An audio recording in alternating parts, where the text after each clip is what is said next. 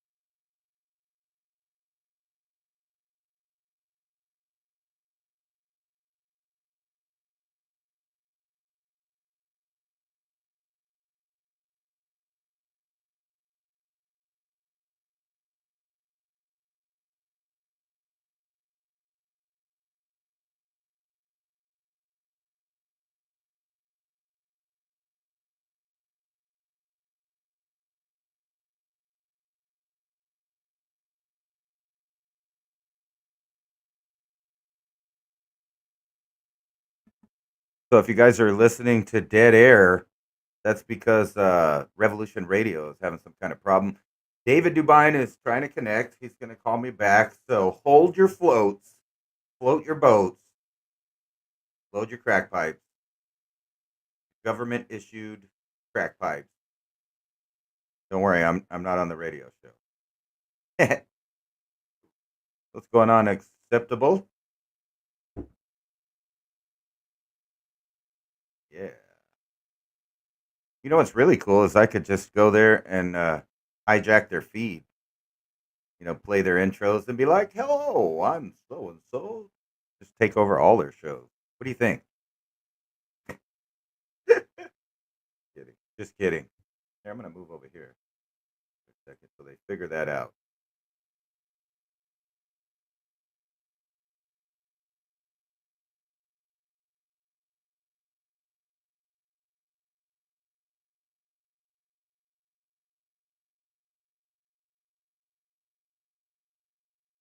All right. So David is trying to get it hooked up on Revolution Radio.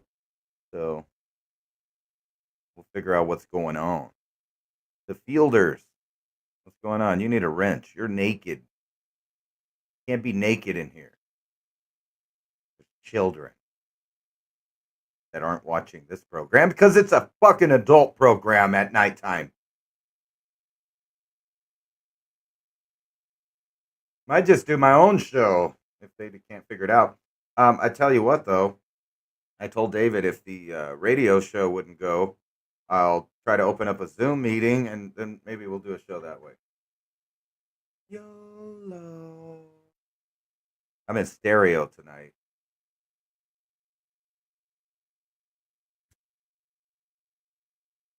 I got both headsets on. One for the radio, one for my shit. See, I'm double headsetted for all you double maskers. So you don't feel alone out there in COVID land. The COVIDians are coming.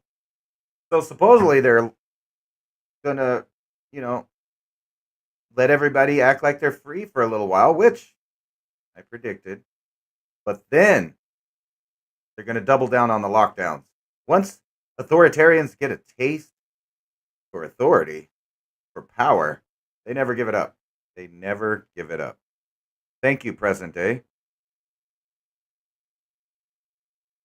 I enjoy remixing music when I'm in the mood.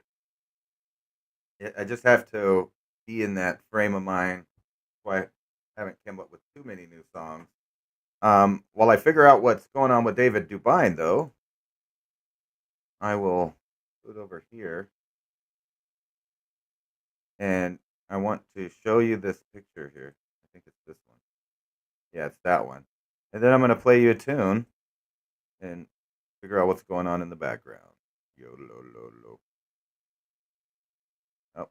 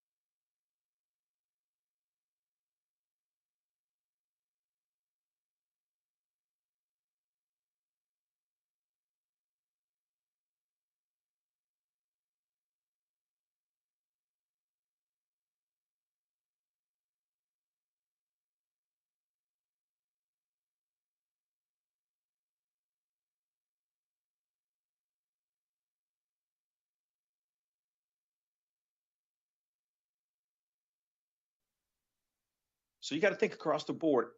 Corn isn't everything. There's too much reliance on one product and everything that makes our society move pretty much, from the fuels to the foods to the feeds into our meat supply and egg supply. And not cool? No. So we're going to watch it play out in real time. So if that we are up a creek, and here we go. I'm going to switch.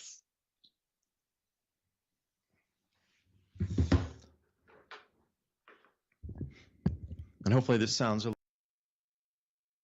here in just a second.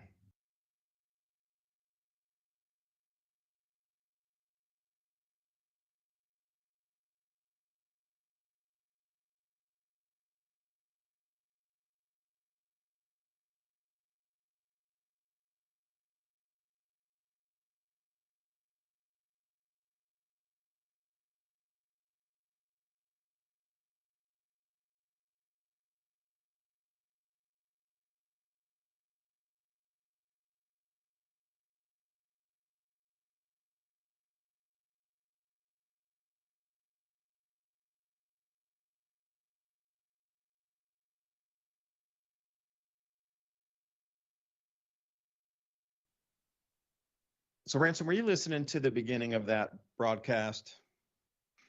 Yeah, something about finding a coin. I think I heard you talking about collecting coins when you were a kid or something like that. I was going back and forth because I evidently had an echo over here or something like that. Yeah, well, everybody, thanks for joining us tonight. It's going to be a deeper episode here talking about the value of money, going back, what is used as money, and this junk in my hand that's considered a 5 cent or a nickel piece is just the most ridiculous excuse for a coin in America. Having collected coins as a kid and seen like the incredible stamping that was on those coins and the ridges and how well done and artistic they were before compared to this thing. I can't even, I look at this, it looks like a Halloween helter skelter monster with eyes. That's crazy what I'm looking at. So you know how things have changed so much. And then think about the 1970s with the fuel shortages. Well, if they can't grow enough corn, I'm wondering with ethanol mandates how that's going to affect the fuel supply in America, and how all these things using corn are going to be incredibly limited. So if we look at durum wheat right now, I mean, almost everybody's seeing pasta shortages across the entire United States and world. So that's pasta, that's durum wheat. There wasn't enough for everybody, so they're limiting supplies, and you can see the shelves dwindling in size. Well, what happens when that ethanol is not there? What happens when that corn supply is not there? To feed the animals or to produce everything in a factory that's got high fructose corn, so everything's got corn in it that comes in a box in a supermarket. That's all going to get disrupted because I'm going to make a distant call here. Down 30% globally on corn this year. $28 to $30 corn per bushel this year. That's my call. And thanks for joining, Ransom. Yeah, well, everything's going up. I just saw an article that said that even the inflation is like 7.5% past where they predicted it going. So you can just see that everything is going to be costing a lot. And I kind of wanted to get into this with you because I was actually watching another stream where they were talking about food shortages.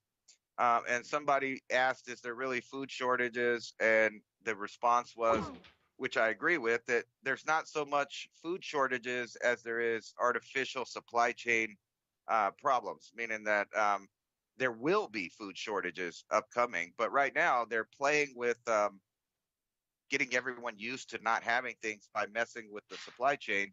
And I'm sure you've been watching the Canadian trucker thing pretty closely. And, I just had this weird thought in my head. Now, this is just maybe some woo-woo, a conspiracy theory. Go deep. But judging from January 6th here in the United States, there was a large amount of employees of a certain government. Now, if you were wanting to really hurt the public, you could use a protest just like the convoy, for one, to get everybody that doesn't agree with the mandates or maybe a problem in the future to show themselves, which they have. Number two, you could take out thousands of food trucks from delivering anywhere, not just by the mandate, but having them occupied dealing with protests. And then number three, wait till the government comes out and seizes, because I'm pretty sure that they will if they don't back down. They're going to start seizing the trucks themselves, claiming that the truckers are terrorists because they're interfering with infrastructure with not only the United States, but Canada. So you could see a weird kind of, in my opinion, a political game going on where the powers that be may actually want these kind of trucker protests, road blockages, and things for ulterior motives, because in the background they're playing with how to manipulate rations for everybody. And I kind of wanted to ask you that because from what I've been reading, there is plenty of meat, there's plenty of chickens, there's plenty of eggs, there's plenty of milk. The problem is that there are people interfering in the middle, not letting those go to market. So that's why if you live here or you live there, you might not have milk at your store, you may not have eggs at your store. It's not that they don't have them, it's that they're not delivering them for one reason or another. And most of it is because of political gain, trying to use this pandemic to say that, look at all these problems, you need to give over your controls to the government, so we don't have shortages, so we don't have supply chain problems. If they just go ahead and let them control all of the trucking industry, all of the shipping, all of the exports, imports, they'll have a total monopoly on what goes where. But then I sent you this article just a minute ago about they flew their first Black Hawk with no pilots. Now, I mean, in the last week, there has been, I would say, 100% bump increase in stories about robots taking over human jobs. Matter of fact, there was two I showed last night that were showing it was like up 120% orders of robotics to go into factories, to go into grocery stores. So like when you go into Home Depot, just for an example, and you go in there and you got one lady standing around and five automatic checking machine robots. Now that lady is standing there, kind of to make sure that you're charging everything. But really what's happening, what you're looking at is those are 10 jobs that are gone, that'll never be back. And the same thing goes for robots that stock, robots that check, robots that manufacture, robots that fly all of the aircraft, because that's what's about to happen. I kind of keep harping on this because we're going into the era that the elites planned on having a complete AI military setup, at least here in the United States. And I'm sure the same is going on in Russia and China. And then we're going to get to a point in the near future where the human workforce is no longer necessary, in the way that they've taken so many jobs out of the equation to put out products that people are going to start not being able to afford. And when you think about this equation, you realize that the mass populace is the part of the equation that doesn't fit anymore. Now we have plenty of industry, plenty of technology, plenty of robotics, AI, and a small group of humans can run that. So I guess to round it about, is there really a food shortage right now, or are they just preparing to deal with what is an inevitable real food shortage worldwide coming up in the next couple of years? Food unavailability and spot shortages now, with full shortages across every region at the end of the harvest season this year. Because there's a stock of food behind a few extra weeks and months of certain types of foods in warehouses in storage. And there's, let me see, how many were there? 108 of these, and there were like millions of pounds of butter and millions of gallons of milk, tens of millions of gallons of milk, and all these kind of things across the United States, 108 different locations. And then they were using something like 3,700 different delivery drivers and systems and companies of drivers to deliver that in case of emergencies. Well, that's been drawn down 40% faster than normal. So their restock rate's also dwindling. Stuff comes in, but it's not everything comes in like it used to. It's some stuff. And I tell you, every place I go, it's exactly the same. They have some stuff, they don't. Everybody across the board I've ever talked to in the last month and a half, 2 months is like, people don't come into work and we only get what we get. We just don't know what we get. It just stuff pops up and they put it on the shelves. Because I want to say something about those robotic and the self-checkout places in places like Lowe's and Home Depot. I have a green belt because I believe in preserving the forest, but also using the forest in a managed way to even farm the forest without cutting the trees and do experimental agriculture and setting up hedgerows of different fruits, etc., just to sculpt the land as a walk-through forest, but preserve it at the same time. So I have a green belt registry on my property, and then I get a tax exemption. So if I buy anything to do with farming, I don't have to pay the sales tax on it. So you can't give that card in Lowe's or Home Depot without a person doing it for you, because then you have to sign a form at the end of it that says, yes, that's me, and I attest or whatever on the receipt there that this is used for farming in the business registered to the farm. Now, see, I've never been able, you can't. So there's got to be at least one person in the store at all times to handle even things just like that. So at what point do they say, all right, well, you can just enter your own tax exempt number or whatever? There's always going to have a few humans around, I think. But, as sad as it is, I really hate to say this, the way to freedom is cutting off the supply chain in the countries to make it uncomfortable enough so the average people push back against the local governments and say, hey, this has got to stop. But then the elite want that because then they can blame the shortages. And like you say, it's that feedback loop. There'll be more unavailability here. People will get more used to having less over there. And they're going to slowly creep you into the harvest season when there's not enough corn. And they're going to announce on the front page news, and this is my projection here, into May, they're going to really understand there's not enough fertilizer for this year. In June, when the planting's fully in and it's fully completed, and places further south are already deep into the emergence, and that corn's coming up, nearly knee high, shin high. At that point, they're going to realize that they don't have enough fertilizer for everybody, and they're going to have to revise projections. And when they do, the news is going to start running with, oh my gosh, there's going to be this corn shortage, this food shortage, based on corn. Well, maybe not everybody will run, but it'll be enough where people will go to the supermarkets and strip the supermarkets. But then it's like a self-fulfilling thing again, because those food storage warehouses, which are the emergency food for America, are being drawn down 40% faster than normal. So then if you have all these front page news stories getting people to run for shortages into the stores, that'll cause more shortages because they're going to get in there and buy so fast it can't be restocked.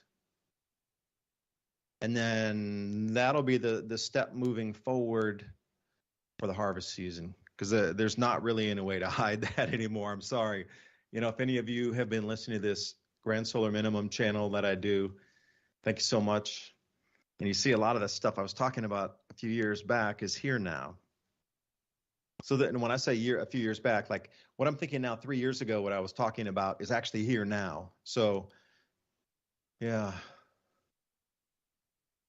Interesting times, and especially with the shadow stats and all these inflation thing. Yeah, I don't know how it's going to go down in Canada, but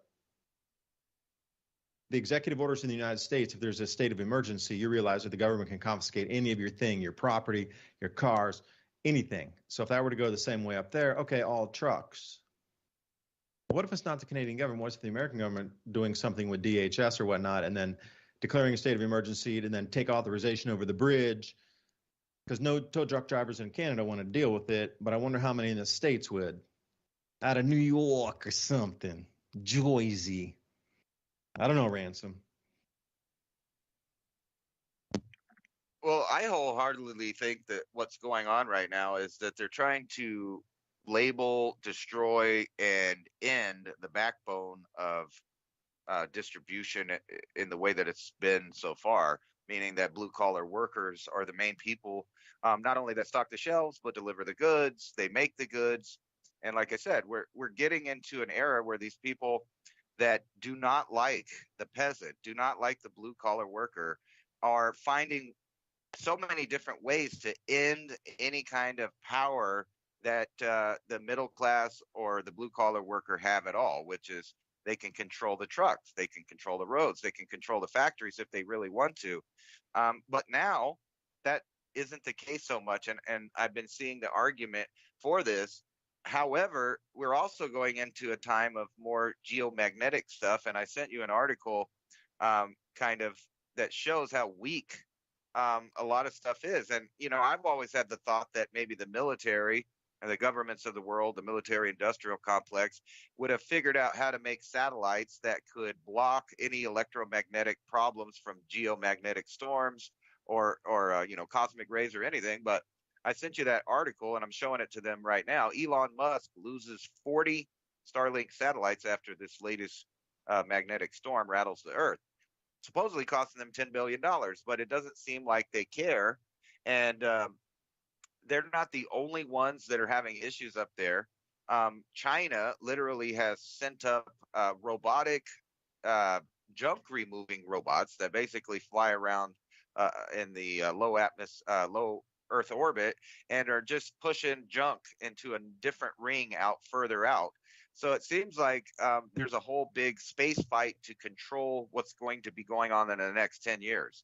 And I think they know that there's going to be a lot of earth changes and things happening from the sun simultaneously while they're pushing pandemics. And I don't think that the restriction ease up that's happening right now is going to last very long, because if you pay attention to the countries that are relaxing the restrictions, they left the legal framework for them to do it at any time again, anytime, any variant. And it would be really easy for them to switch it over to climate lockdown, which I've been seeing everywhere. First, it was kind of a joke, and people were saying, well, they'll never be able to do that. But those same people thought that they'd never be able to get, 90% of the world's population to put a face diaper on and, no longer critically think about anything because of panic fear. Now, if you replace the pandemic with food shortage, famine, war, you could see how the sheep will line up willingly to not only endure more security, less food, and restrictions on their freedoms. And I'm seeing some really brilliant people with really, high IQs, talking in this anti-freedom way. Like, you should just get over it. You should bow down. You should just deal with it, toughen up and deal with the restrictions. We're all in this together. You should just stop being a troublemaker. And when all of these people that are like that normally on other topics would go ahead and argue for freedom or argue for real truthful data, argue for discourse and debate amongst science, all of these people are now becoming closed-minded. And I don't know if it's because they're fearful or we're literally going into a, and not to sound woo-woo, but we're right now in a stage of human evolution where you can literally see the two different types of mind thoughts splitting apart. And this has nothing to do with external factors, but just the way that people think. Like some people think that restrictions are part of what they should do, and they never question it because they want to be a good citizen. And then you have the other people like myself and probably you that question everything now. I don't trust anything, especially if it's coming from a quote unquote authoritative source. So if I'm reading that things are going to be fine and this is going to be this way, you just need to deal with it, I'm thinking the opposite. So I'm also reading at the same time from the same people, these authoritative sources, about how the government is, wholeheartedly into controlling cryptocurrency right now. All of a sudden, like the IRS, the IMF, all of these are pushing laws in their country, which, by the way, are being ignored because people are so busy with the pandemic that they are just ramming all of these changes into all of these countries. And people are going to wake up in a few years and realize everything has fundamentally changed, not only from society, but how governments work and how humans live their day-to-day lives. And if you're not someone that has access to food, water, and shelter on your own, of your own making, you are potentially a target for these slavers. I mean, if that's not too rough a way to put it. Not rough at all. That's about as rough as a jellyfish. Because almost everything you say is, well, it's in play. So maybe I can add a couple facts on top or ideas on top of the human splitting into two different species right now. Indeed, the electromagnetic frequency and intensity and input feed into the whole solar system is, well, it's changing. So if you go back, what was that, May of 2020, Pluto's atmosphere collapsed 20x smaller than its normal. It didn't collapse down to zero. It compressed 20x on itself. And then Neptune, its atmosphere reversed on itself. And you could actually see the storm reverse directions. Can you imagine our winds reversing on this planet, what that would do? Then Uranus, it had these X-ray glows that jumped from the planet out to the rings and then out. That was visible to the naked eye. That's how intense it was. That would be like an X-flare coming off the sun. But what's it doing coming off of Uranus, jumping out to the rings and then off into infinite space?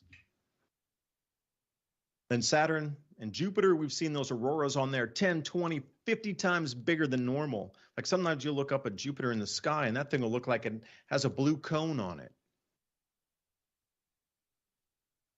And then Mars, it had that really strange, it doesn't have a pole as we do and Jupiter does, whatnot, North and South Pole. The crust of the planet where the minerals were NASA's started Hubble to grow Space Telescope and has glow out from the planet's surface out to what we consider the atmosphere of it, reconnecting back to the sun. And it was like it was in the strangest places. It'd be like 30 degrees north and it'd be right on the equator and there'd be a whole strip of it. And it was different parts of the planet that were glowing with like you consider aurora borealis, but just in spots where the whatever minerals were over that or in the crust there caused that electrical action to start glowing. And that was like 6 months ago. And right now, if you do the math on that, like May of 2020, and then, jump 6 months and then, then it's May again of 2021. And then every single planet to this point in like 6 month increments has had something happen to its atmosphere. And you know what? That Starlink was not able to penetrate where it should have because the atmosphere is compressing on our planet as well. Like it got into heavier drag at the red line air glow at the ionospheric boundary, right at the thermosphere, ionosphere, about 200 miles or so. It couldn't crest through that. So what's going on? Usually between 100 and 200 miles, that's what the sweet spot for where you're going to want to put these devices. But somehow it compressed down and was thick enough that what they'd done for the trajectory, shooting that rocket up there to get that thing to get into orbit, it was too much drag. They could never get it anywhere close to where they wanted to. It's like literally going through clean air and then hitting a fog bank or hitting a dust storm coming out of the Sahara. Like we're driving along and you're planning on crystal clear day. And that's what the rocket was planning on too. Just normal atmosphere that we always have. And it just, sails through a certain amount of drag and a certain density layer, whether it's 50 miles, 100 miles or 200 miles, above the surface of the planet, going way out, 300 miles up, out into space. That's been mapped out. They know the drag coefficients going through every single layer. Troposphere, stratosphere, mesosphere, thermosphere, all the way up. They know everything. But this time, that planet drugged too much. Like that atmosphere compressed and got so dense and heavy that those satellites couldn't get through it. It was like literally going into a Saharan dust storm. So what's going on there? And that should be a huge, huge, gigantic, unbelievable wake-up call for everybody. Their atmosphere is compressing that they can't even launch what they could have because it compressed in on itself. And I'm going, I wonder what happened with Jupiter up there. Now, what's happening in our own atmosphere here is way different in terms of compression or changes because at Pluto, a 20x deep, squeezing on its atmosphere. Well, it's very gaseous, very light. It doesn't have the same like water vapor and things we have here. Ours is a much denser atmosphere to begin with, like incredibly dense compared to Pluto. So what would it do if there was a compression on our atmosphere? Like what would that affect? Airline travel, obviously. Because if it's going to compress, that means that things are going to get further down and thicker in their layers. the troposphere, whatever stratosphere, where planes fly. What if that's thicker and they're not getting the air mileage they could? Is that the reason that? So I'm going to turn on there's a flight app, and I heard Squawk 700 is an emergency call off airliners, Squawk 700. So this guy was saying he was a former pilot, and you might get a Squawk 700 like 3 or 4 times per month. And he's like, we're getting 3 or 4 times per day now. So it's the hailstorms that are cracking the windshields of these airliners, that they can't even get around the storms anymore. They're too dense, too thick, and even with most modern radar, they're getting stuck and trapped in pockets. And they got to go through one of them because they just can't get out otherwise. Or is it this atmospheric anomaly getting compressed where it also deterred and stopped the launch of these satellites? Got too thick up there. They probably should have put way more thrust or had an extra whatever they do to get those satellites up there in terms of, I've seen a bunch of what were those rocket launches? They land back down on themselves. And, looks kind of fake and CGI-ish for me, but, that's just my own opinion. Why, or is it that they're having brain fog from their mandates? I'm not sure. But I'm gonna bring up the app here. I turned off everything to try to get back on the broadcast because I thought it was perhaps my gear here. So I want to get back this flight app here. Oh, Flight Radar 24 is the app. Flight Radar 24. Live air traffic. It's free. You can upgrade, of course, to get more flights that you're looking for. Oh, so it's Squawk 7700. My bad. Squawk 770. Oh, and I just turned it off by accident. Damn, I hope I got my alert. Well, when I was looking at this thing also, there were like 12 in the last 4 days, or last 3 days. There were 12 of these Squawk 7700s. Yeah, let me look at them here. Wow, there's all these here. So there was one on February 10th. There were 3 on February 10th. 3 on February 9th. No, 5 on February 9th. 1 on the 8th. On the 7th, there were 3. And then on the 6th, there were 4. That's crazy. And this guy was saying there was only 4 per month usually. And I'm looking at the same exact thing going, why are there these airlines calling emergency? Is it because their fuel ratios are wrong and they're not able to get to the destination because their fuels keep being burned up faster because they're going into a thicker atmosphere? That would explain why Elon couldn't launch his SpaceX satellites up there. And again, if you were the elite and you knew this was an inbound cycle, like how would you control it? What would you do with the people on the planet? How would eventually we would see this and understand it. So how are you going to control the masses? Well, maybe you distract them. I don't know. What would you do, Ransom, if you were like, if you knew all this was coming in our atmosphere and compressing, and I'm saying that electromagnetic, things are going to have, crust is going to start ripping here in the next 12 months or so. And then all this on top of it, like how would you control a populace of 8 billion people at that point? They'd be super angry you didn't tell them.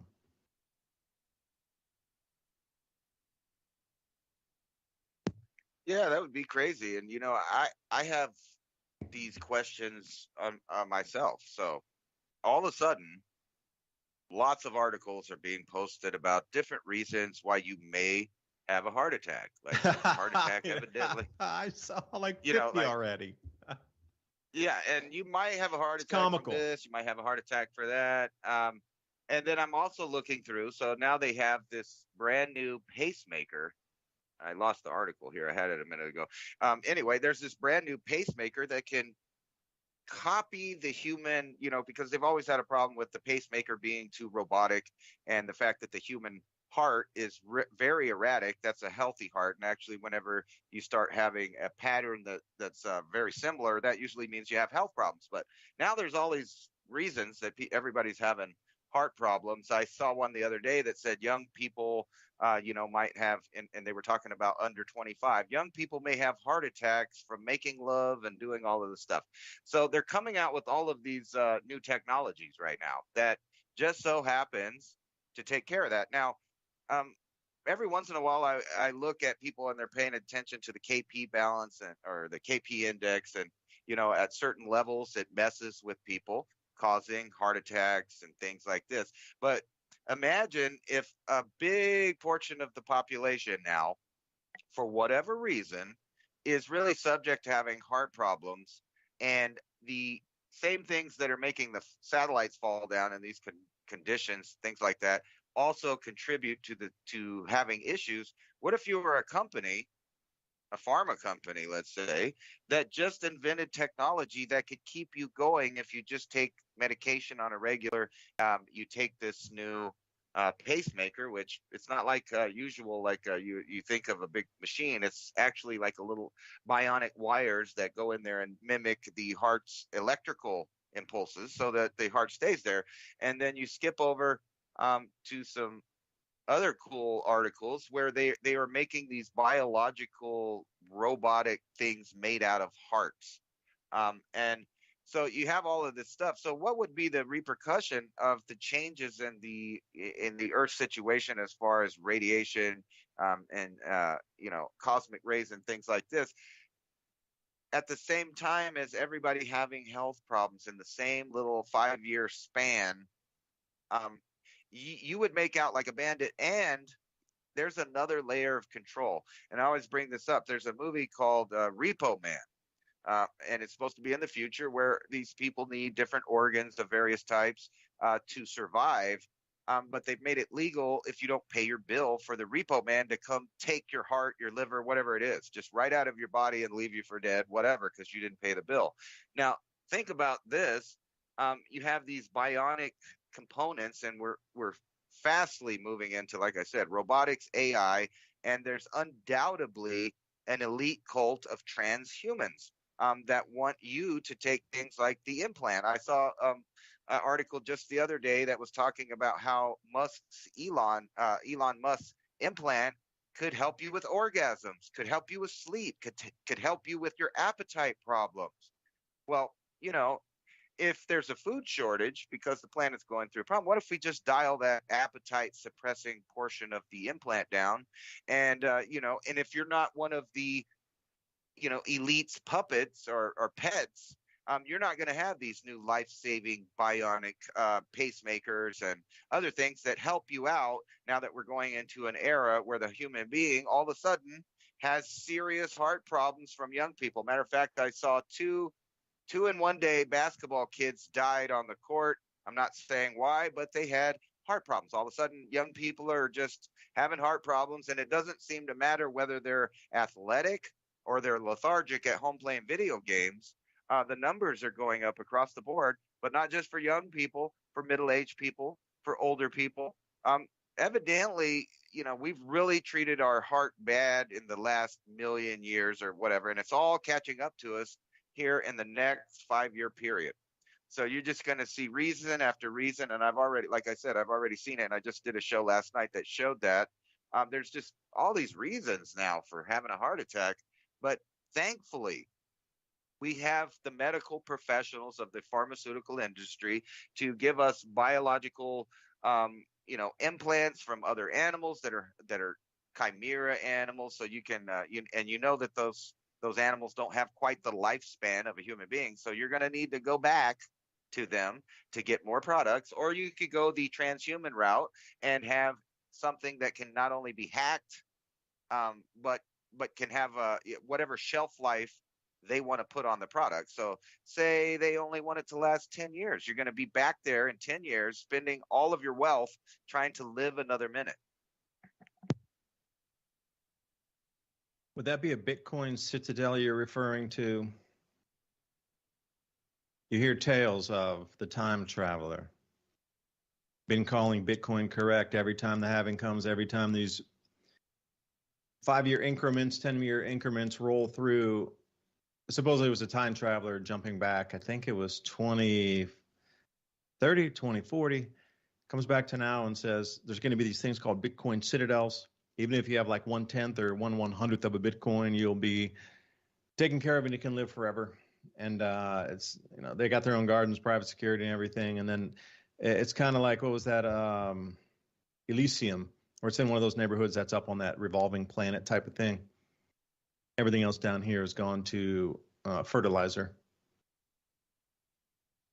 So I'm going to jump in on a couple heart attack things. Yes, the cosmic rays are well known, and the KP index. If you're not familiar with the KP index, go to Space Weather and check out the KP index. It's booming super red right now, KP6. So they find that people who would have a heart attack, it would occur now, like this time when there's KP6 or above, because the electromagnetic energies, like again, I was referring to the minerals glowing and creating their own auroras off of Mars because they were so highly charged. Well, think of you, you're an electric being too. And we're even one planet even closer to the sun than Mars is. So what caused it to just start glowing out of the crust in different fashions and forms? Well, obviously, our planet's going to resonate and you're going to resonate. And if those energy charges are too high and your heart is not strong enough, well, that charge is going to be high enough where it's either going to keep up or not. And they find this a lot during cosmic ray incidences above 6, that although there's a lot more of those types of emergencies called in, like full moons, there's a gravitational effect as well. So I have been posting over on Bitcoin Daily View. Craig Simpson from Radiant Creators, he's running a channel on Telegram, Bitcoin Daily View. I have the Adapt 2030 channel on Telegram. So what I've been doing is throwing, every time I'm going through sifting through the news, every time I find a heart attack reason, I'm throwing it on that channel. So I have a repository. So I'm going to go back and review what I've put up there over the last few days. Unbelievable. Really, I was laughing. It's comical now. There's like 50 of these things. Here's one. This comes off of CTV News, and it's in the health section. Lifting restrictions could cause anxiety for many, which could cause heart attacks. Okay. Lifting the restrictions is going to give you too much anxiety, so you could have a heart attack because you're lifting the restrictions. Now, that makes no sense to me. Because if you're lifting it, you'd be like, wow, more freedom, okay.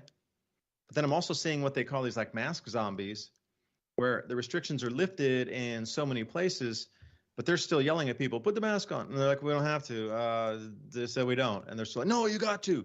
They're just locked into that thing, like the mask is their I guess, persona. Here's another one. This is off Irish Examiner. And the title is Referee Whistles in Football Matches May Be Causing Sudden Increase in Heart Problems Amongst Sports Players. Oh, God, that was a good one. No, I'm serious. That's on the Irish Examiner. And now how many times have we heard referee whistles for the last more than 100 years? More than 100. But suddenly the whistles on the field are scaring everybody for oh, jeez.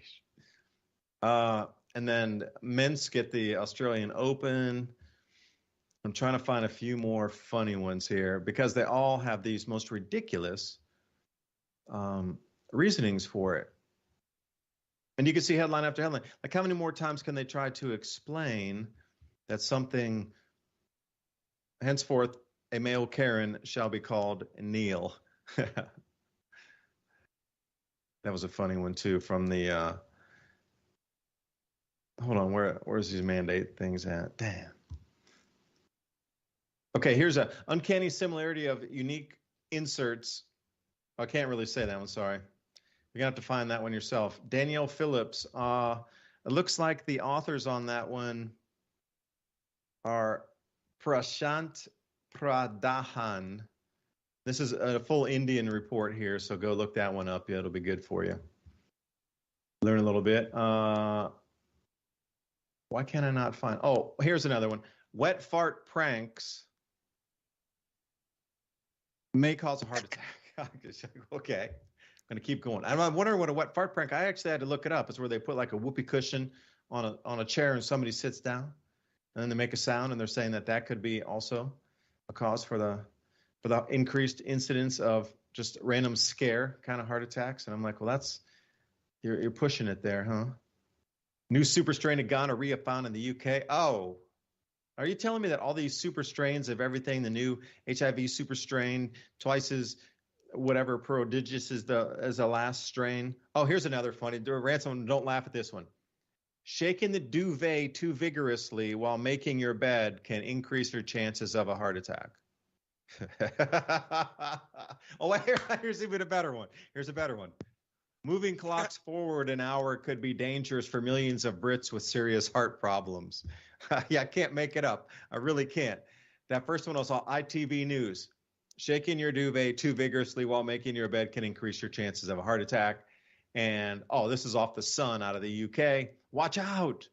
Moving clocks forward an hour could be dangerous for millions of Brits with serious heart problems. Okay, this is what the news feed is right now and how ridiculous it is, from the whoopee cushions. Oh, wait a second. Hold on. I got another. Red alert, red alert. Urgent warning. Millions of Brits as paracetamol increases heart attack risk. Right off the Sun. This is another one. This is on February 7th. Like, what these things, okay, aspirin can cause the heart attack. You know, it's just like they're backflipping on every single thing, what you might consider like a safe diet. But wait a second, here's another one. Smithsonian Magazine. Climate change may cause increased rates of heart defects in babies. Up at an ante for congenital heart defects, climate change. Let's see, there's so many others. Oh, wait, okay, here's another one. This is off the Times, the times.co.uk, the UK Times. Lonely older women at greater risk of heart attack, a study shows.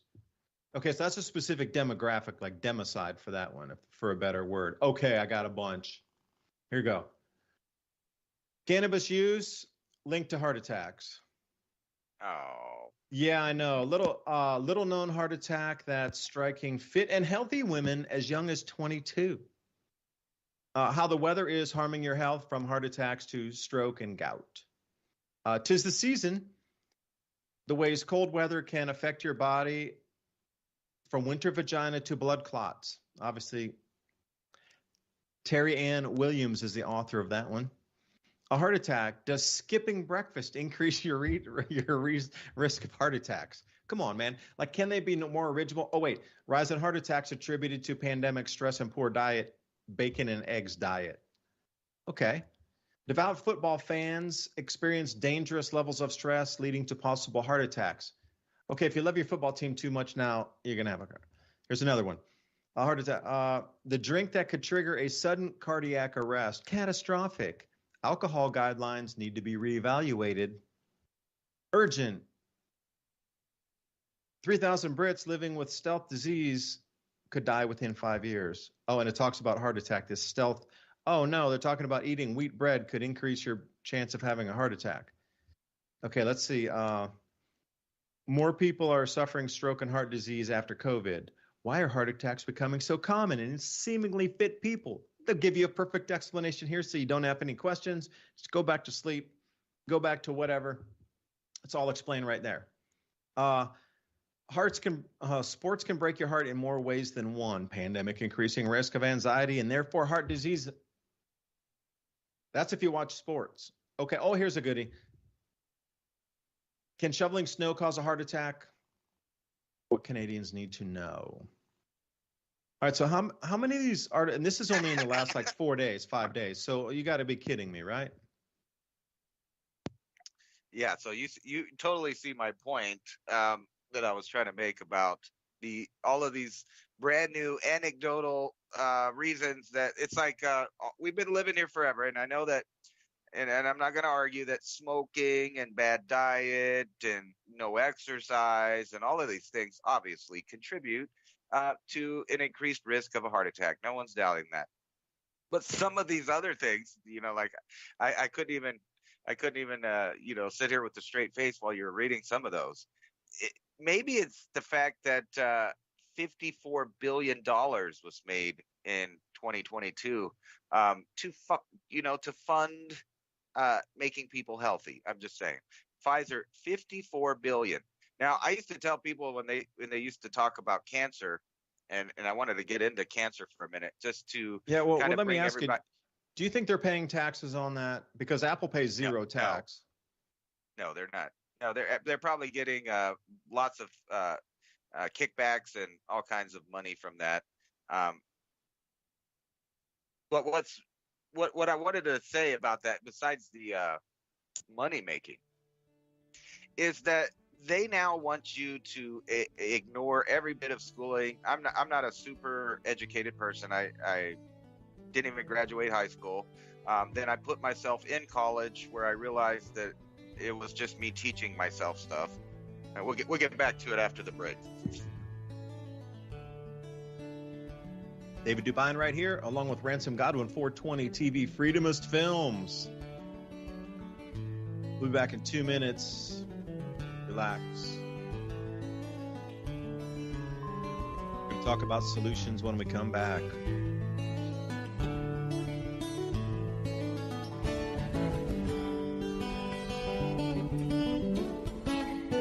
You're listening to Revolution Radio at freedomslips.com, and we'll be right back after this message.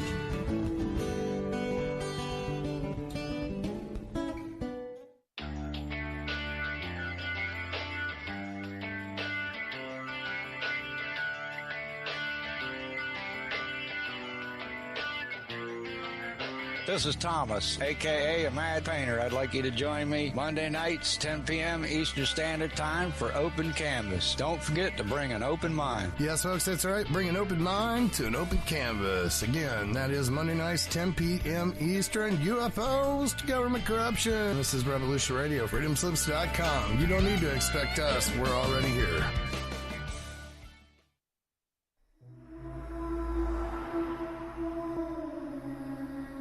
You enjoy interviews with amazing guests? Then join Crypt Rick every Monday night, 6 p.m. Eastern Standard Time, right here on Revolution Radio. Studio A, freedomslips.com. Crypt Rick's Ivan Thinking. Welcome to the Crypt. Roll it up on Revolution Radio. Join me at Revolution Radio, Studio B, at 11 a.m. on Saturday for Free Association, when we take a look at philosophy, spirituality, psychology, social issues, and geopolitics. It's every Saturday at 11 a.m. Eastern on Studio B at freedomslips.com.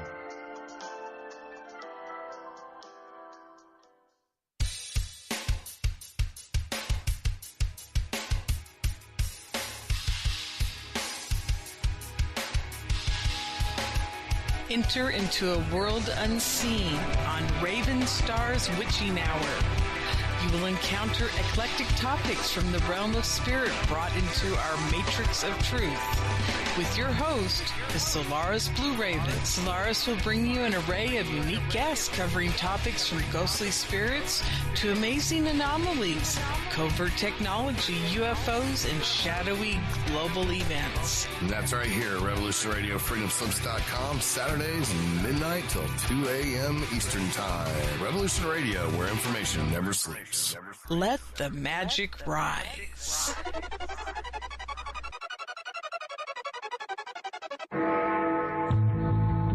Galactic Interstellar Council on Revolution Radio Studio A, Fridays at 2 p.m. Eastern. Join us as we traverse the starseed paradigm, as expressed in the time-space continuum that we know as the divine expression of love and light. Integrating this conscious unity into the galactic paradigm. So welcome all, both terrestrial beings and galactic beings as one. So be it. You're listening to Revolution Radio.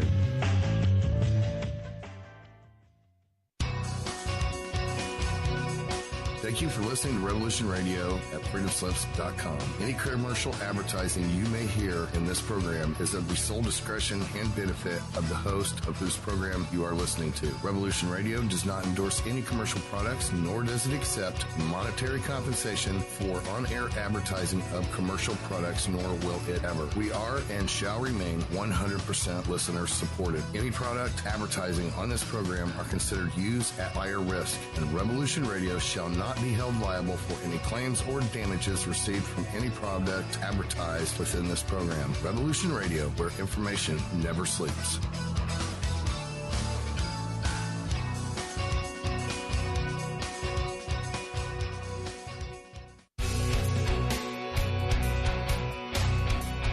All right. Thanks for listening while we take that short break here at Revolution Radio, freedomslips.com. And now we're going to get back to your host.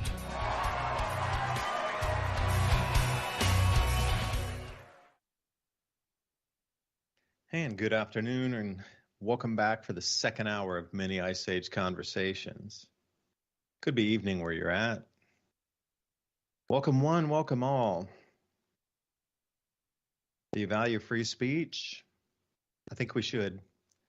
Let's get to that time. It seems like in the last 2 weeks, just things have jumped exponentially again in a very noticeable fashion. Because I lost power last week and the internet was down because of the ice storm that came through. And I didn't get on last week's program because I just had no connectivity. So again, double, triple redundancy on your communications. Because if you need a phone to call out, you couldn't because the tower was down. Iced in. So, we lost the internet coming into the house, but then we also lost the tower base because the tower was frozen over or whatever. It couldn't get signal. So we lost the mobile phones and the land internet. So we didn't have the Skype, didn't have the mobile phone, couldn't do anything. So you got to get on ham radio, on the CB radio, redundancies. So things for free speech right now, it's been an exponential jump, and things are moving faster with the awareness of information coming out, and the faster these events are happening. You never would have thought this thing in Canada within just 10, 12 days of this from zero to now where we sit, and that's astonishingly fast. If you thought COVID was from 0 to 2 years, which seemed astonishingly fast, we just have to think the next set of things are going to happen much faster because it's already occurred once. So, the same with technology. Things can, they take half the amount of time to get twice as good and reduce the price. But think about that. If this next thing manifests in the speed which COVID did to like reshape a world, it would only take a year or less this time. And then the next one would only take 6 months. Then the next one would only be a 3-month period. And bam, there'd be that much change that we've experienced. So to be able to talk about it, every time there's some truth bits come out, there's all this huge, censor in unison of all the bought and paid for media in unison to crush any thoughts against the narratives. So if you consider free speech of value, consider donation, freedomslips.com. Revolution Radio, both Studio A and B. I really believe this will be one of the last things that you can come to, venues that you can come to for news and information and free speech as we move forward. Because if they can cut down GoFundMe, they're going to start cutting off other, platforms of alternative news as well. So broadcasting one's a super powerful one, as is written on the website. So you can see how many websites have gone down over the years too. But it's kind of getting at a critical point now where communication is going to be super, super important. As long as you have internet connectivity. Oh, wait, everybody was planning to use the satellites as the next one. Okay, Galileo, that's fine. But do you know the world was set on moving away from terrestrial internet like they were with the quantum system in China doing quantum, it was a coin, quantum. They were broadcasting transactions from their own private satellite network, quantum satellite network, back down to Earth again so they could bypass anything on the planet, wire-wise. And everybody was so focused on that, on Starlink going up to be that same solution where now there'd be more of a Western-controlled system above our heads that was geared toward cryptocurrency, thanks Elon, to broadcast and receive transactions. So if you had a base station and you were able to contact that satellite network and send your transaction up there, even if all your power was out except for your solar panel running your device, or if you had stored batteries where you could just clip in from like a 12-volt conversion, you had your own banking system and internet connectivity and everything being connected to the world without any other input except maybe sunlight. And if you're lucky enough with a stream with a water generator on it, micro hydro. That's all gone now. You understand the atmosphere can't hold and support those satellites anymore. Or if they do, the way they're going to have to do is put way more fuel in that and extend the rocket boosters and whatever to get it through that denser layer higher up in the atmosphere, which means a whole re-engineering. But it's been done before. It can be done with computers now, so that's not a biggie. But yeah. Ransom, where do you think we go? Because I'm looking at this article here. Get ready for the crash. Internet guru dishes on Web 3.0. Because what they feel is out of blockchain-based commodities, cryptocurrencies, and fungible tokens, that's going to be the next big thing powering the next, what quote-unquote internet, what it's going to be. But he says that this whole, what we have, Internet Web 2.0 that you and I grew up on up to today, it's going to have to change considerably, crash, and then grow itself from something else. I don't know. What's going to survive, do you think, moving forward? Because he's saying the same thing. Like these crazy companies are getting so outrageous valuations for like bumblehead ideas that what's really going to survive through this is the tech that moves to the next world. Because right now it seems like exponential change and lines of communication being cut. It's almost like we're on a global war footing right now of information against free mind thinkers. You know, that it's hard to explain. You know, you might cut off a person's internet in a different country and to try to prevent them from noticing. It's the same way. It's almost like a global war from outside on the planet. It's interesting to think like that. Fake invasion, man. Aliens, dude. Right. It's invasion of the AI, though. I mean, from watching what's going on through the news, and then also watching like my teenager interact with the internet and the games and what is basically the beta version of the metaverse. Now, if you listen to any of these people from Klaus Schwab to Bill Gates, all of them are talking about how the internet will transfer over to their metaverse, and their metaverse is going to be an immersed 3D reality. And the only way you can get there is obviously by participating in said reality. Now, I don't know how they're going to get people to go ahead and, connect other than the brain implants and wearing glasses on your face or your television. It doesn't matter how you involve yourself in it, but this is going to be a two-way spy network, and they've already said as much. So this will watch you, it'll monitor you, it'll make sure you're not sick, or if you're showing signs of sickness, or if you're showing signs of new sicknesses like mistrust of your government, which is, we all know that's now a sickness. You're completely crazy if you mistrust things. And next, they will redefine that to mistrusting corporations. And the metaverse is where they're all going. And I've been watching this crypto battle going on. So on one hand, you have investors putting out little interviews and things like that, and a lot of articles talking about the number of heists that's been done recently with cryptocurrency. But then on the other hand, if you pay attention to the crypto companies and their names, I've been seeing articles about the crypto company, I guess, who runs it, or what. I'm not sure how they structure that, but they're using the crypto to buy out companies. Like Forbes magazine is about to be bought out by a cryptocurrency, just straight up buying it outright.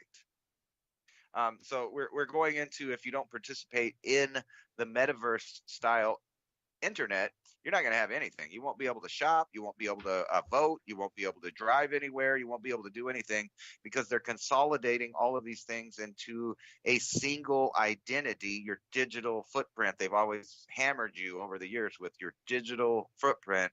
And that's not an accident. It's like your carbon footprint.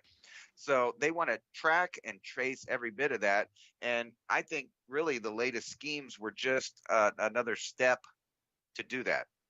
And whenever you're starting to have food problems, and I keep using food because that's the main thing that really determines if people will agree to something or not agree to something, is their stomach.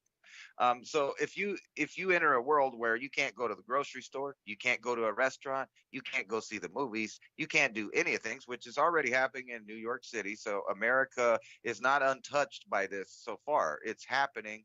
And now they're going around the government, around the people, and the elites are dictating directly to the corporations, who are dictating directly to their customers on how, when, and why to buy something or what you can buy. Just like, with our new infrastructure bill, there's safe crack smoking kits involved, right? But you can't buy certain medications to help you with a sickness. Which brings me to my point that they are so sophisticated and way beyond what people think as far as this new system. I'm putting up this article from Science Daily that was from Yeah, how December far do 18th. you wait before you go into that, Ransom?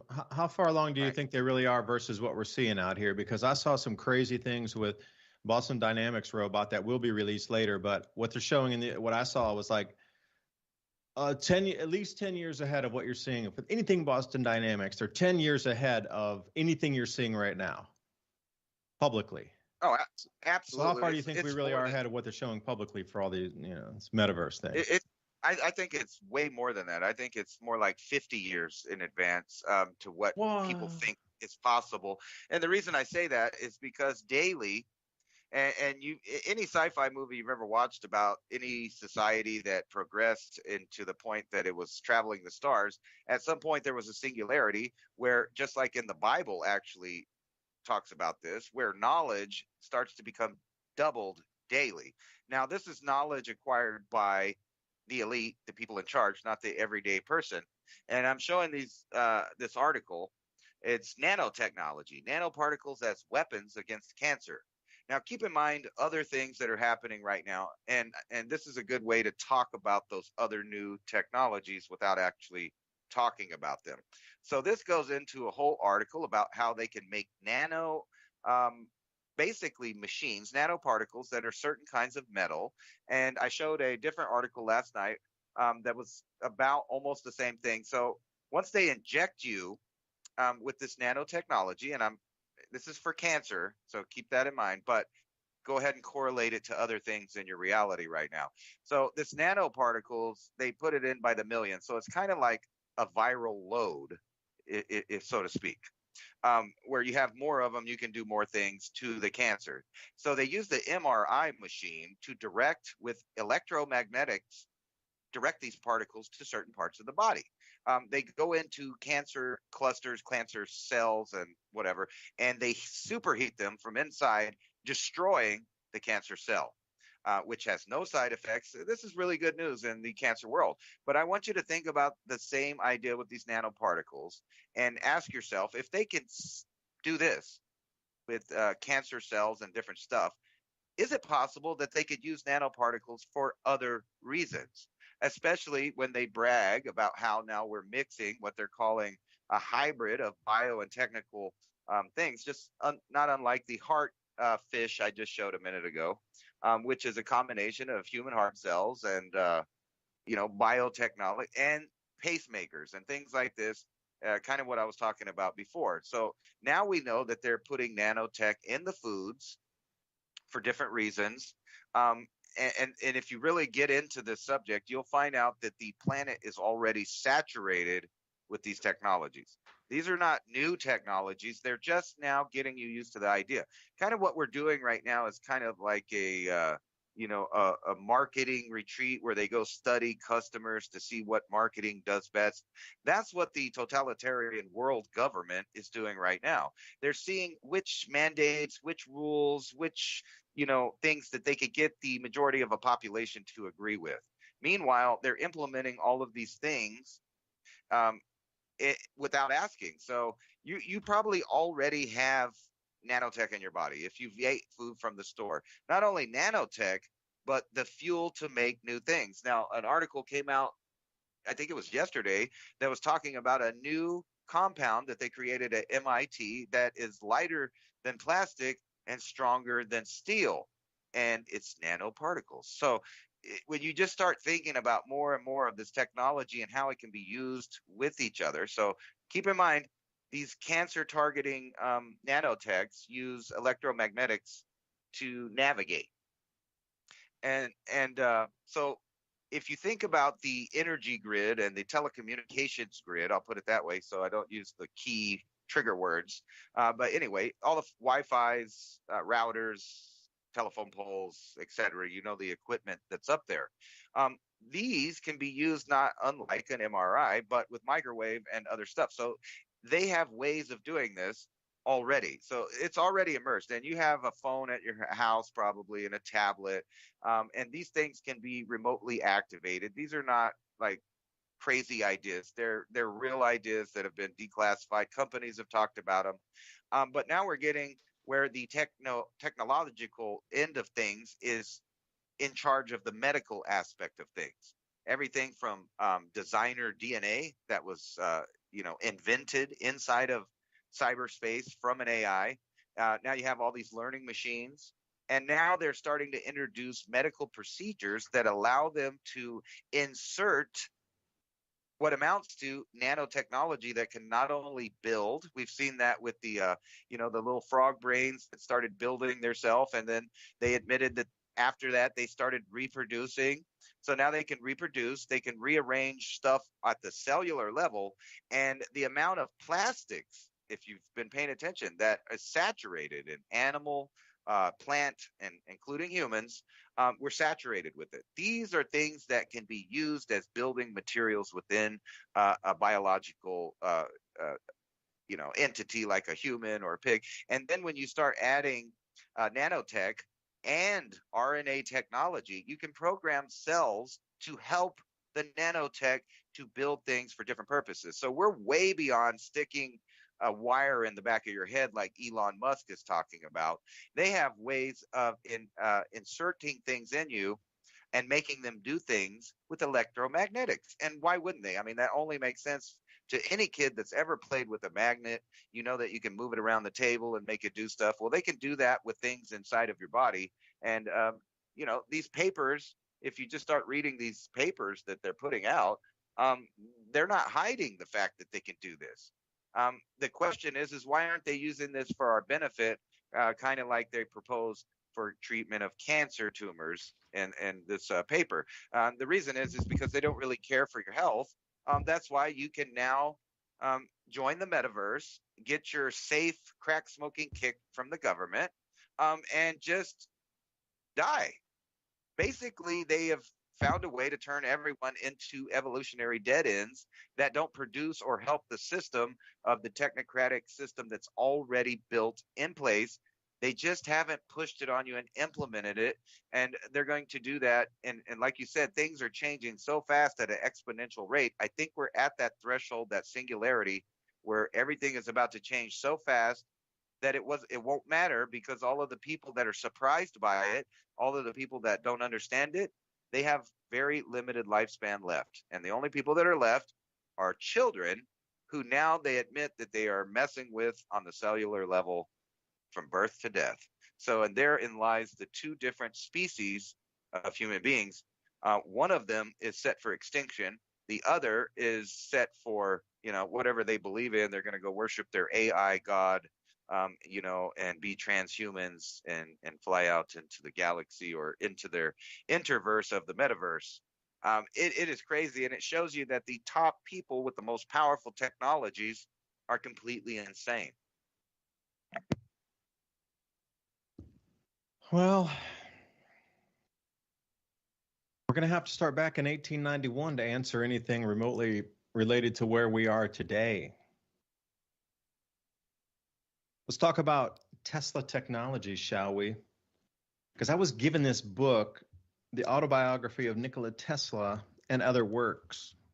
Every single invention ever patented by Tesla's in this book. So 400 and some pages long. No, sorry, 719 pages, excuse me.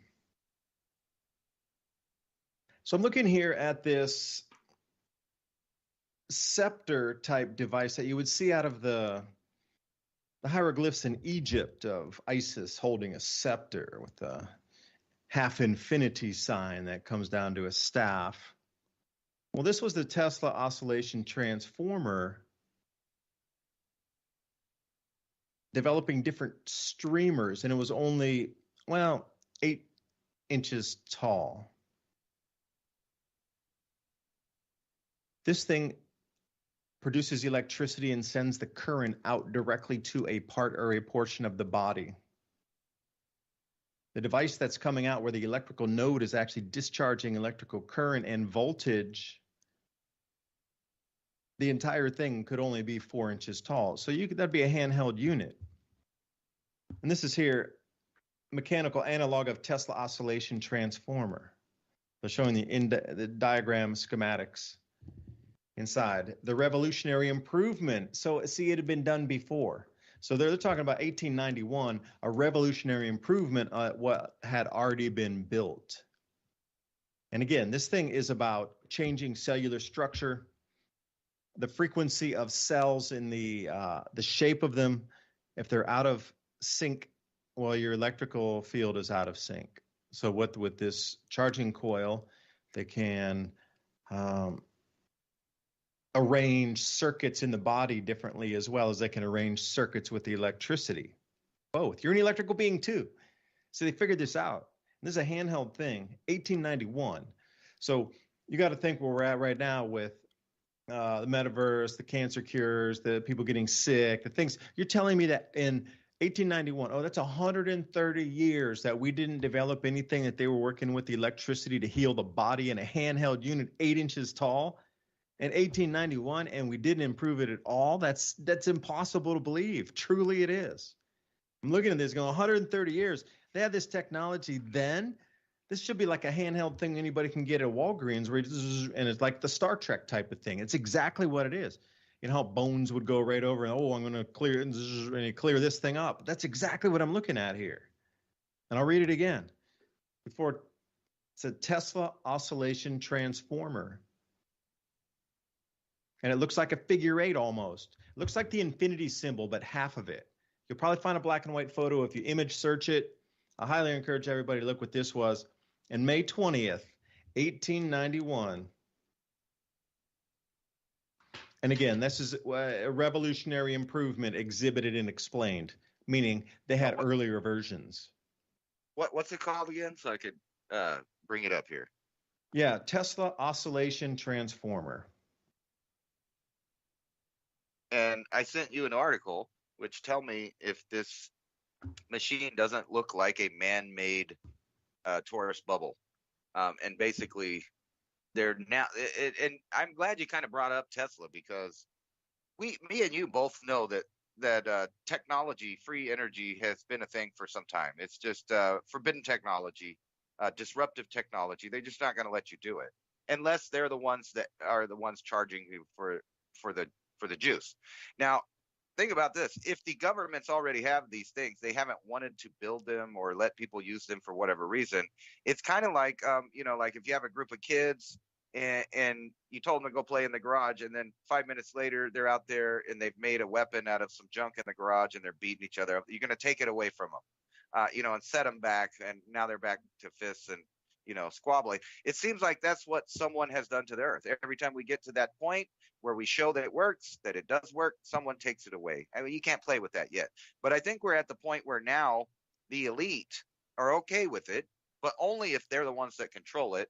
And I sent you this article, and here, let me show everyone what you were talking about right here. This reciprocating electric generator is what I found here. Yeah, it looks like half of an infinity symbol. Black and white photo, probably.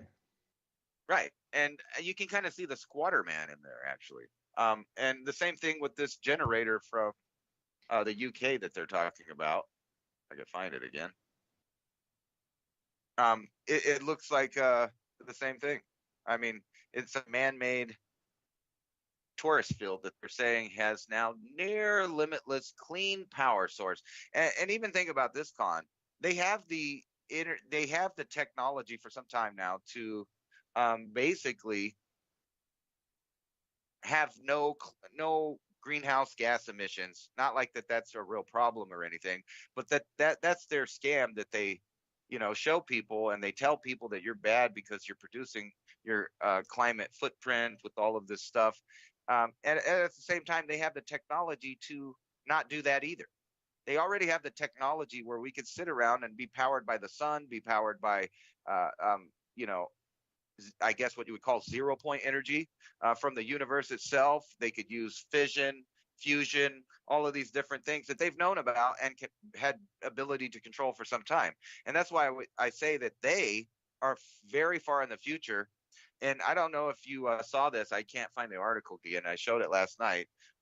They showed a triangular TR-3B craft just sitting there on a trailer at Groom Lake in Area 51. So they let a satellite photographic, which tells me that they're about to release the next level of technology. So we're at that point where you're sitting at a farm and somebody tells you, they got flying machines now with a gasoline powered engine that could drop bombs now. And you just wouldn't believe it until your village is blowing up in the middle of a war. Well, it's going to be like that with, like I said, there's a certain portion of the public that just can't understand what's happening. They don't realize it's gone that far. And the only people that really are going to understand it are the youngest of people, because they're going to grow up in the new world, basically, when they've changed over. And this article, and many like it, talking about near limitless energy. See, they don't want to say limitless energy because they're always going to want some kind of control over you with a billing system. But you think they're about to actually show us what's possible? And if they do, is it going to be in a deceitful way, like maybe fake disclosure, or they could start talking about nation states that have out of control technology? I mean, it's really endless on the propaganda end of what they want you to believe. And then you got to ask yourself, why? Is it just a distraction? It seems like to me the last, I would say, 5,000 years has been a distraction for human beings to pay attention to something else, while a certain group of either humans or non-humans build a technological empire. And they needed some time to do that because they couldn't do it overnight. So they tricked the rest of the population. I was about to say tricked humans into it, but I guess it works either way. Tricked humans into mining gold, cobalt, all of these other things, until they got to the right point where they could actually use this technological empire and no longer need the manpower, the human power. Yeah. Well, I want to start with the tokamak. Star in it. Well, not a star in a jar, but they're doing the fusion process with that. So while I'm doing that, Ransom, if you could look up an image for me here. This is from the autobiography of Nikola Tesla. And so you put autobiography of Nikola Tesla, electrical oscillators. And the reason I would ask you to do that is an electrical oscillator will have that arc charge in between the two nodes, anode and cathode, but it'll arc. And it's a visible arc, so you can see the charge going between it in an air glow state. So the air is whatever dense enough to still carry that current and medium for it to take physical appearance. Most times that needs to be in a wire and insulated, but these are on purpose so that arc is visible between, and that energy is going between.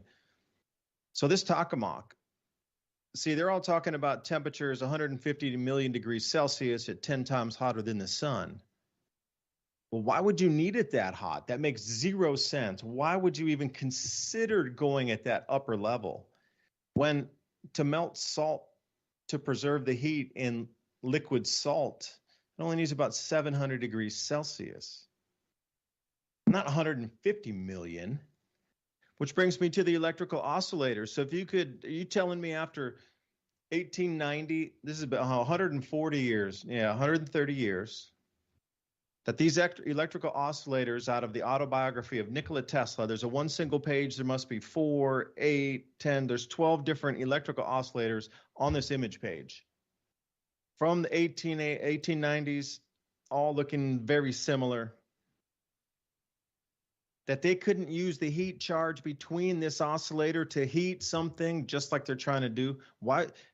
That electrical arc would definitely be hotter than 700 degrees. You could, if you scaled these electrical oscillators from Tesla's designs, you could heat salt and put it in, and then that's all you need to really turn those turbines, is you need the steam. That's why they burn the coal. That's why they have the geothermal. You need that heat to expand the water to turn it to steam to get the thing supercharged to spin the turbines.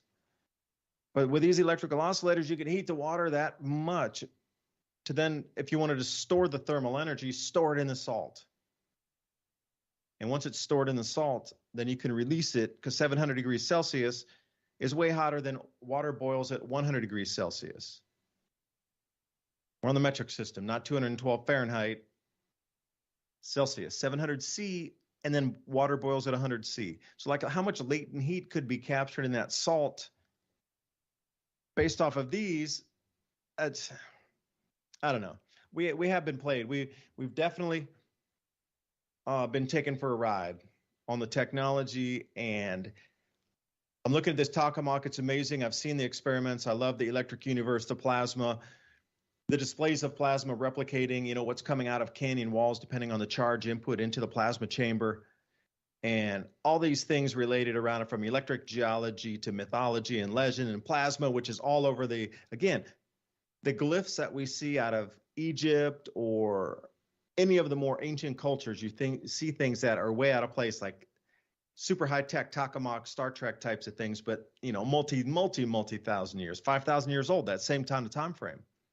You know, there had to have been an older generation or an older society, civilization left over that went through the Younger Dryas, scrapped and scraped and, you know, kept its, like I say, power structure right now, but it got enough power in 5,000 years ago to start then bending the humans of the time of their tech to bring us up to this point.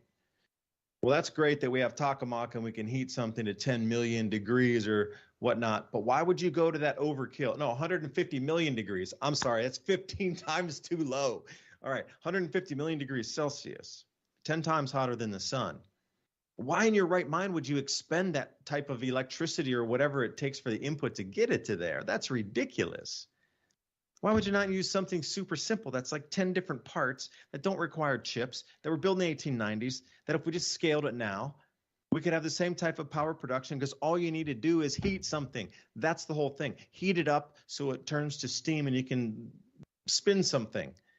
Oh, we've been played. We've been played by the tech, man. They had this tech 130 years ago to heat water, to create steam. We never would have even had to have one single scoop of coal dug out of the earth with these inventions over the last 130 years. Unbelievable. And no, I don't have a link, Ransom. It's out of the book. It's a physical hard copy, paper book, old school, gold, you know, paint over the pages. So when you set it on the bookshelf, you got that nice gold sheen on the page top and bottom sides. Yeah, I was looking for the. Let me see if I can take a picture of it. I'm going to take a photo quick, if you don't mind. But I was showing copyright. My bad. These are from 1890. That's funny. You know what's funny is you were talking about this thing that you could put over people. It's like a medical instrument, and I'm looking at this picture that looks like a figure 8 here. I think that's the thing you were talking about originally there. But it makes you think, because it goes right into what I was talking about how they're trying to use magnetic resonance and other stuff to move particles around in somebody's body. So you imagine that you could literally turn someone's health on or turn it off with the wave of a device. Like if you were metal detecting them, you could turn it on or off. And it would look just like a Star Trek type tricorder or something like that that we're getting into. So now with Wi-Fi and small devices, we're pretty used to that. You can imagine how you can use these technologies in combination to literally mess with someone's body. And that's exactly what all of these new papers are talking about, is using nanotechnology to change the body from the inside at the cellular level, whether it's killing cancer or doing some other task. Well, think about these Tesla devices, and I just sent you the image there so you can share it with everybody. Think about these Tesla devices 130 years ago. So if you were to shrink these down, that's what you would consider nanotech. All they're doing is taking the component parts, and that's why there's microchips now, because there was the whole thing to convince you that something real small is good. Well, it is. It really shrunk a lot of our stuff. You know, computer in your hand is 50 times or 100 times more powerful than the biggest one in the world like 30, 40 years ago. Or was it in the 1950s? But nanotech are these Tesla devices shrunken down. Like the technology that was understood with vibration and frequency and electrical current in the medical sphere that we're talking about right now can also be scaled on a planetary or a solar system basis as well. Because the sun, electromagnetically connected to the earth. So it doesn't matter current inflow up or down, vibration, higher, lower, frequency, higher on the scale, lower on the scale. It can go from the sun to the earth to the rest of the planets, or it can go through your body down to your cellular level. Think of your cellular level as like an earth, for example. Doesn't really matter.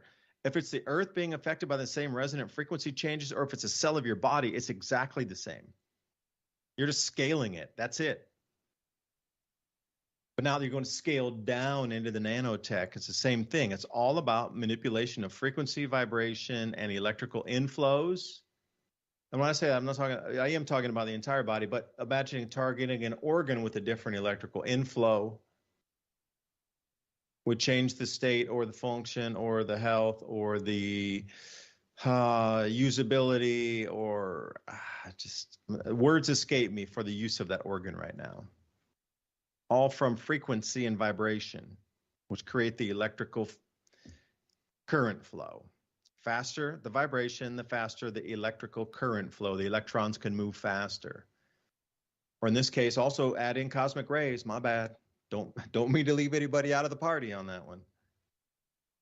But it's all the same thing. And see, this is what it is. The elite have mapped this cycle to understand the resonant frequency that's affecting you on the cellular level, but at the same time, the cosmic rays in conjunction on a planet's crust that is decreasing in its magnetosphere, and also the magnetic fields are moving, and our atmosphere is changing, the human's going to change. And they're going to see things differently. They're going to perceive reality differently.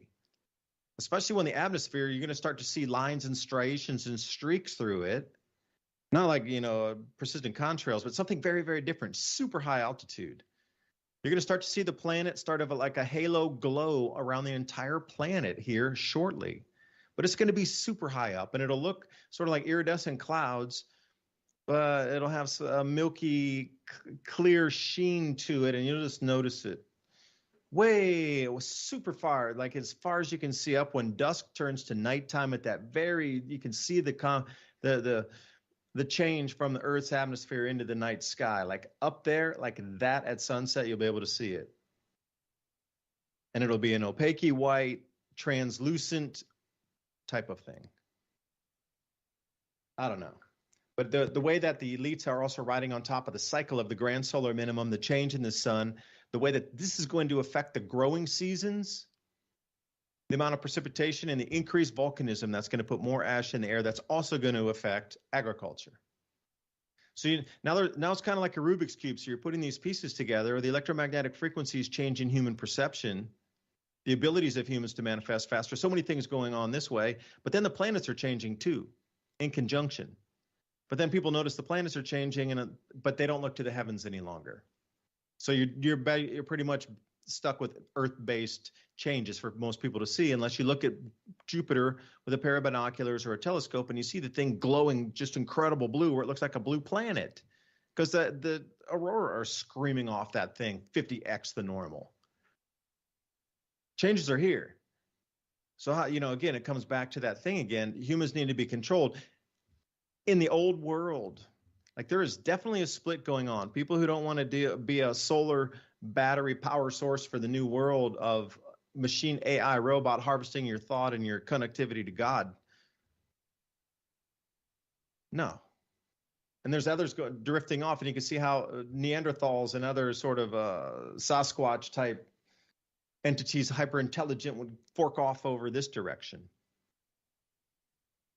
It's all about the frequency, and the vibration is changing. Elites know it. They're riding on top of the cycle, and all these things that we see playing out are all based on these timelines of this electromagnetic frequency. The frequency and vibration is changing across the entire solar system and this spiral arm of our entire galaxy. Forget even our solar system, the whole entire arm that's screaming off of the galaxy is changing. All this star field is changing. We're heading into a really intense, very energetic part of space, because if you take a look at how where we sit now, 220 million years from now, we'll be back in the same place. So as sure as somebody mapped the precession of the equinoxes through all the different zodiac, the 25,750 year cycle that has been mapped out 4 times every ice age, and then we get the interglacial. Somebody's mapped this 200 million year cycle out as well. They know exactly where we sit in the heavens. 200 million years, one trip. Now, how many does it take to understand the process? How many trips around the entire galaxy over 220 million years do you keep your society functioning enough to pass the information down to understand the cycle at every single juncture and year over those 220 million years? You understand every energetic change through that entire cycle. Somebody has that information, and I'm going to like who, where, and when did they find it, and why are they not sharing it? I don't know. That's too much, man. I'm sorry, I'm rambling. No, and I don't even think it's that far fetched to think that if our prehistoric relatives, ancient man, saw things in the sky that were, plasma or magnetic related, and they associated those with spirits, aliens, whatever, what have you. It's not that far fetched to think that now in the modern world, when we no longer even look at the sky, because ancient man was fascinated, fixated, and completely in awe of the sky. I mean, it was out there. There was no electricity, so nights were bright. And for the last 9,500 years, Earth has been, a nice place to live. It's been relatively unusually stable. And now we're coming in, maybe, possibly, to the end of that. I mean, how fast does that change? But even if we're not, we're going into this cycle. And like you said, there's these new things. But it's not going to be the same as ancient man being able to be an eyewitness to it, because now people are going to be in the metaverse. Now people are going to be in lockdowns because of whatever reason. Like here's a nonsensical article here. Watching TV or listening to music, and it gets into, being on the internet and all of that stuff, completely immersed in fake reality, can actually help you get better sleep. Now, you think about that going on with the majority of the population where they're totally immersed in fake reality, whether it's news, the metaverse, what have you. But at the same time, the pilots are now having reasons why they shouldn't be able to fly planes. And I sent you that thing about a week ago that was talking about all of the new problems with people and how, neurological problems with pilots is up 1,000 something percent. So now there's reasons why people cannot fly. And they're testing all of the systems to where all of the aircraft in the sky are soon going to be AI. And that's really not an arguable thing, because you can find the places where the government has already said that indeed is the plan. And then they invent something like Space Command. So soon you will never be able to see with your own eyes what's going on. There won't be pilots reporting because they're not going to be seeing it up close. So then at that point, with everybody in their own realities and the few people that are left that are actually looking up, paying attention to the changes, those people are going to be easily controlled too, because a lot of them believe in pretty far out things already. So if the government says it's one thing, but then slips out another story. So say, there's an issue in the sky, and they say, well, it's aliens. There's aliens. You can't see. The pilots aren't going to tell you. All you can see is lights in the sky and AI flying above you. And it kind of brings me back to the point of this aircraft that they just accidentally let a satellite photograph get taken of it. And you can clearly see it's nothing that's currently flying around in the sky. It's a triangular TR-3B shaped vehicle, but they had some kind of a blurry, like a clear tarp, which is bizarre, to mess up the image of it, so you couldn't really get a real good look at it. But they wanted you to see it, or they wouldn't have used a transparent, cover and made it available, just available for some satellite to come over and take a picture of it. So they're in your face kind of with this next change. The problem is that there will only be a few people like me and you and maybe some listeners and other people that are still based in reality that won't believe every story that's happening. And we live in a time where they're not only changing definitions like science, and other words. They're just changing the definition of it, but they're changing the whole way that they go about presenting it to the public, about how you can actually fact check yourself or do research. It's all being, I'm going to say, kettled into a certain way. And that's why I think that there's some kind of, and I don't want to sound corny and say it's alien or AI or just an ancient group of human beings. Whoever it is pulling the plug on the old system, and right before your very eyes, they're changing it over. But it's happening so fast, it's going to be like, trying to see the baseball that's 100 miles an hour going right to your face. You only got a little glimpse of it, and that's what we're trying to provide. So what are some ways to get around the system? Well, one way, if they're putting tech in the food, for example, you would have to start growing your own food, and then you got to worry about where your fertilizer is coming from. And then it kind of loops back to what's going on in the real-time reality right now, where you're talking about fertilizer shortages and all of these different issues, but they will be there with the problem reaction solution to have the solution for all of these issues shortly. It's the Hegelian dialectic has never been stronger than right now, in my opinion. Never in human history, I don't think. We are moving to the new world. Like, nothing's going back to normal again. So where does that leave us? I mean, we could look to the past and pick up all these Tesla motors and, start designing them ourselves. And a lot of these things are already made for you. An alternator out of a car is, at least the base structure of a motor. And if you have a couple welding skills and you can use a cutting blade or whatnot, some kind of grinder, you could do a few of these as long as you can make something spin cleanly. And the magnets would be the hard part to get a few of these pair and dev magnetic motors, or at least the Tesla magnetic motors. Now they're talking about putting a 1/20th of a charge input to keep that magnetic field breaking. See, this is the whole thing. Reading the book, I was a little familiar with pair and dev magnetic motors, but they didn't have a lot of success with them because they're relying on the Earth's magnetic field itself to break that magnetic coupling as those magnets are moving around in their wheel alignments. Okay, the Earth's magnetic field's getting weaker, so those motors by themselves without any input are going to continue to have a declining yield, if you will, for a better term, year upon year from now. So they're suggesting, or Tesla suggests, putting 1/20th of your output back in as the input to be able to use that extra little oomph, if you will, for a better term, to break the magnetic bonds to keep that spinning. And then it's talking about putting it in phase. After it does that, it would be a self-phasing motor at that point. After you get that magnetic lag out of there, it's going to turn into a transforming torque synchronized motor if you just use 1/20th of your output. So again, it requires a little sliver to get this whole system running. So it's not exactly free energy. You got to put something in the beginning, but if it produces more than, so 20, so it looks like you get a 19x return on that versus the one that you put into it.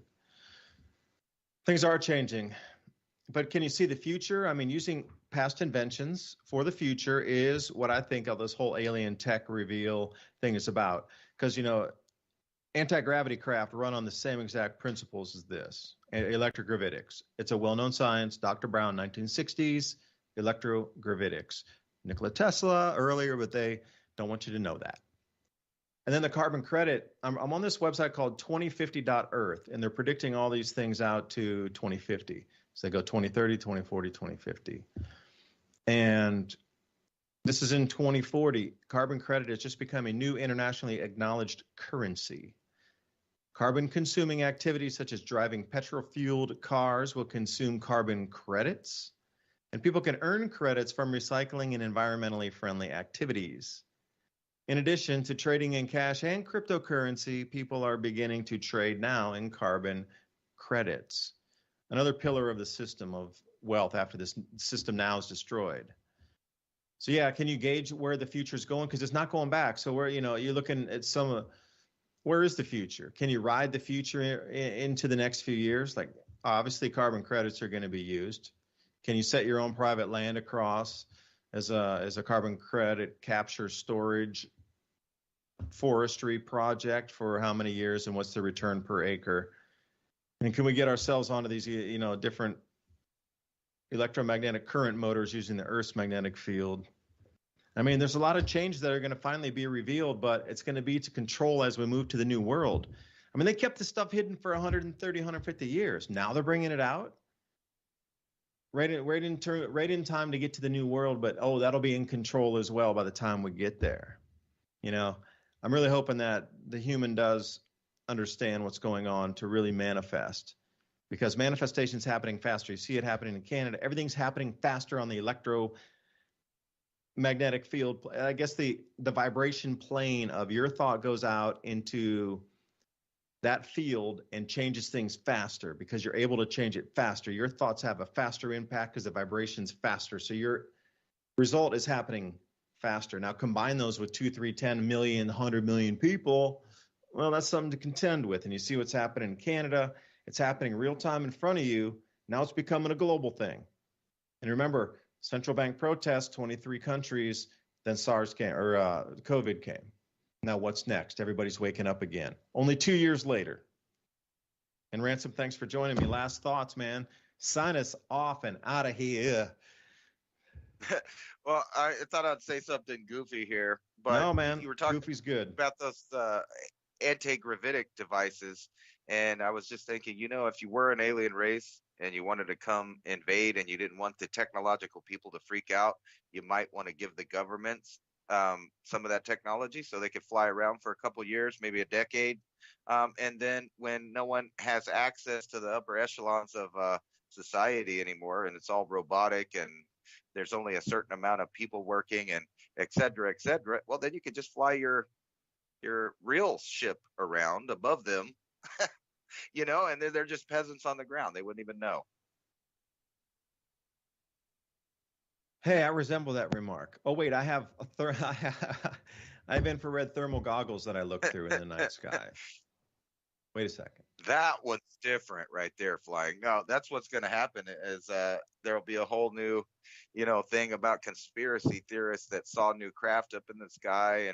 And you know how the UFO world was already, where it takes years for people to start thinking about things that may be serious. So it'll be like the same thing. Oh, no way. I don't believe that. I'm going back to the metaverse, man. Yeah, the human is going to go into sort of a transhumanist thing. Ray Kurzweil and his group is going to get their day. They are. They certainly are.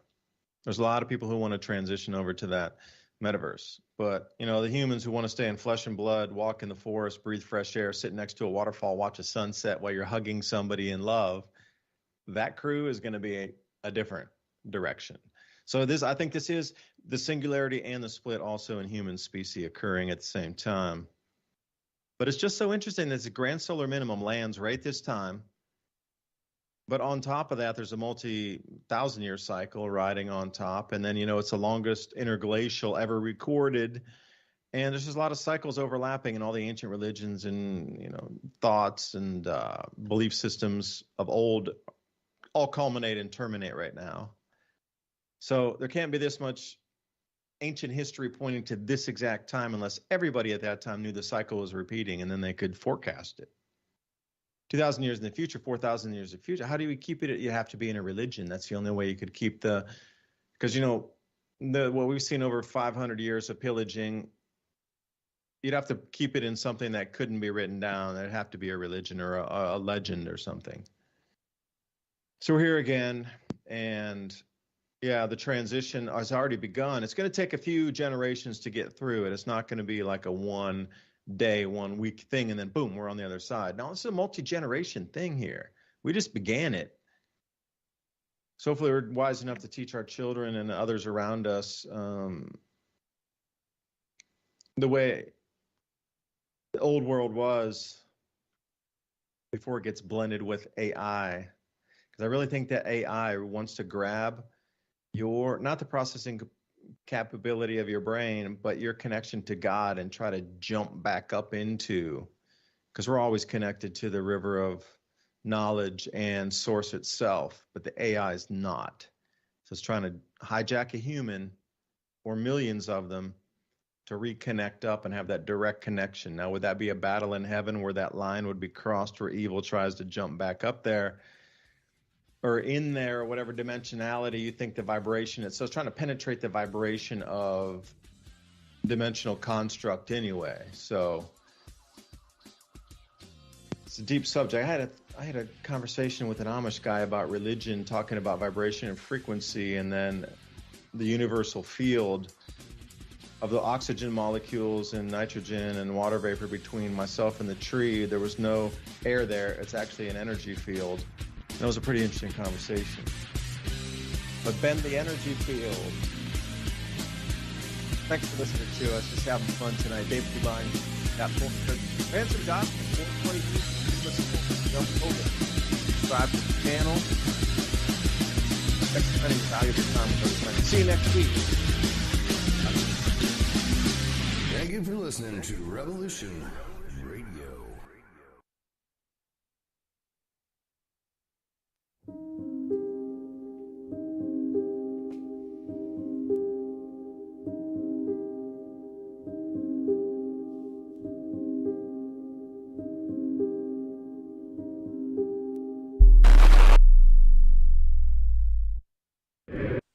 It's 11:59 at Radio Free America, and this is Uncle Sam with music and the truth until dawn.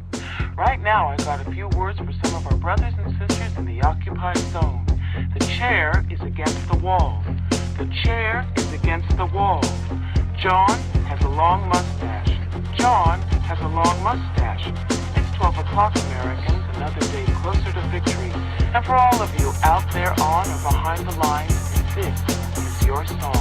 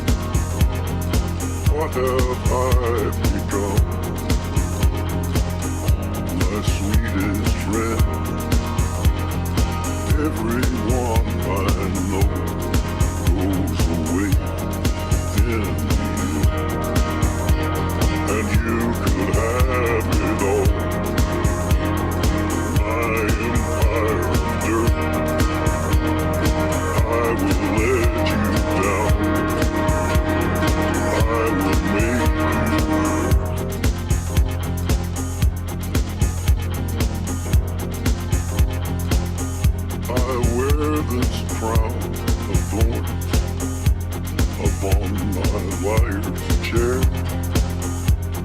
full of broken